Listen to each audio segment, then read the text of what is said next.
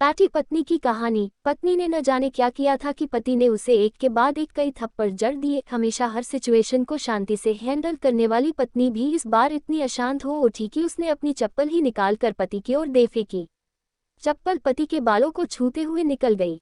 ये किस्सा यहीं पर खत्म हो सकता था, मगर पति ने इसे अपनी मर्दानगी का विषय बना लिया और बात बद से बदतर होती चली गई।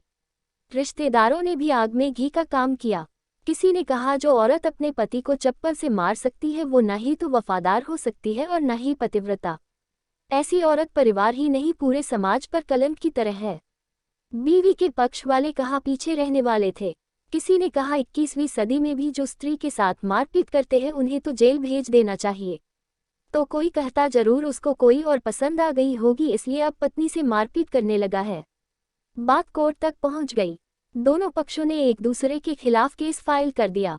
पति ने चरित्रहीन होने का तो पत्नी ने दहेज और शारीरिक उत्पीड़न का आरोप लगाया। 2 वर्षों से अधिक समय के लिए केस चला था। इन 2 वर्षों के दौरान दोनों पति पत्नी अलग अलग रहे थे। इन 2 वर्षों के दौरान दोनों पक्षों के समर्थकों की संख्या कम हो गई थी। पहले जहां दोनों पक्षों में समर्थकों का समूह होता था, अब गिने चुने लोग रह गए थे। पति और पत्नी दोनों की आर्थिक स्थिति भी इस समय के दौरान नीचे गिर चुकी थी। जिन्हें वो अपना शुभचिंतक समझ रहे थे, पैसों की बात आते ही उन्होंने भी अपना पलड़ा झाड़ लिया था। अगर कोई देने को राजी भी हुआ तो मोटे ब्याज की शर्त पर।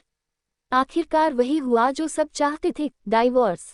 हर कोई खुश था, दोनों पक्षों के रिश्तेदार, उनके माता पिता और दोनों के वकील। लेकिन 5 साल की सुखद शादी और एक सुंदर बेटी होने के बाद मिले इस डाइवोर्स से पत्नी मूक थी और पति शांत। शायद ये एक इत्तेफाक ही था कि इस खुशी को मनाने के लिए दोनों पक्ष के लोग एक ही चाय की टपरी पर बैठे, आमने सामने।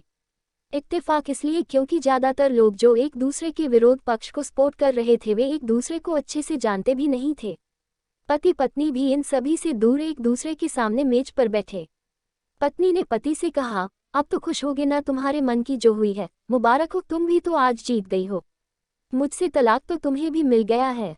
Congratulations to you too. पति ने कहा, तलाक को तुम जीत का प्रतीक समझते हो? पत्नी ने पूछा। पति चुप रहा।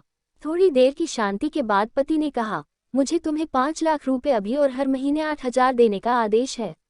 अभी मेरे पास पैसे नहीं है, इसलिए हमारा मतलब मेरा जो सिटी में फ्लैट है उसे तुम्हारे नाम कर देता हूँ। पत्नी बोली, लेकिन उस फ्लैट की कीमत तो 18 लाख की है।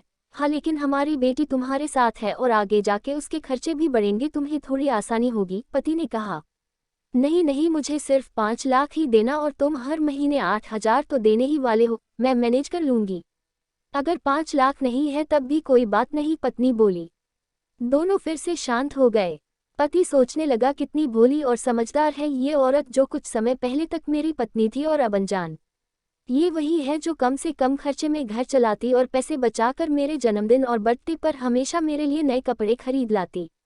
कभी बीमार भी हो जाती तो पैसे बचाने के लिए मुझे मालूम न होने देती और घरेलू नुस्खों से अपना इलाज कर लेती। मगर घर में कोई और बीमार होता तो तुरंत डॉक्टर के पास लेकर जाती। मेरी ही मति मारी गई थी, मैं ही अपनी झूठी मर्दानगी के चक्कर में इतनी बड़ी गलती कर बैठा। पत्नी के दिमाग में भी उथल पुथल चल रही थी। अभी भी वैसा का वैसा ही है, पहले भी खुद से ज्यादा हमारे बारे में सोचता था और अब भी वही कर रहा है। ये वही आदमी है जो मुझे एक्सीडेंट से बचाने के लिए खुद मोटरसाइकिल के आगे कूद पड़ा था और अपनी उंगली तुड़वा बैठा था। पता नहीं कौन सी मनहूस घड़ी में मैं झगड़ा कर बैठी। पति ने मौन तोड़ते हुए पूछा, अब तुम्हारे कमर का दर्द कैसा है? ज्यादा तकलीफ तो नहीं होती? पत्नी हल्का सा मुस्कुराए और बोली, अभी भी होता है, अब तो पेट में भी क्रैम्स उठते हैं। वो तो होगा ही, तुम योगा या कसरत भी तो नहीं करती हो। अब किसी गायनेकोलॉजिस्ट को जरूर दिखा देना। पति ने कहा, तुम बताओ, तुम्हारा अस्थमा कैसा है अब? क्या अब भी दौरे पड़ते हैं? पत्नी ने पूछा। हाँ पड़ते हैं, पहले से ज्यादा, क्योंकि अक्सर इन्हेलर भूल जाया करता हूँ, याद दिलाने के लिए तुम जो नहीं हो अब। पति बोला।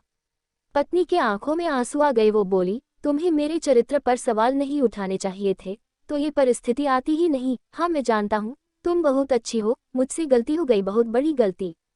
मैं लोगों के बहकावे में आ गया था। पति बोला। तुमने भी तो मुझ पर दहेज का इल्जाम लगाया था। वो बोला। गलत था और इस बात का मुझे भी पछतावा हुआ। पत्नी ने कहा। पति कुछ कहना चाह रहा था लेकिन हिचकिचा रहा था। पत्नी ने पूछा, कुछ कहना चाहते हो? वो बोला, क्या सब पहले जैसा नहीं हो सकता? क्या मतलब? पत्नी बोली, मतलब कि हम फिर से पहले की तरह पति पत्नी बनकर, सच्चे दोस्त बनकर नहीं रह सकते। पति बोला, पर ये डाइवोर्स के पेपर दिखाते हुए पत्नी ने कहा। फाड़ देते हैं, पति ने अपने पास रखे डाइवोर्स के पेपर फाड़ते हुए कहा। पत्नी ने भी अपने पास रखे पेपर फाड़ दिए। सभी हैरान थे, वकील, रिश्तेदार और माँ बाप। पति पत्नी दोनों एक दूसरे के हाथ में हाथ पकड़े अपने घर की तरफ चले गए। दोस्तों, ये कहानी उन हर पति पत्नी के लिए बड़ी सीख है जो छोटी छोटी बातों पर लड़ते हैं और इन झगड़ों को बड़ा बना के अलग होने का डिसीजन लेते हैं।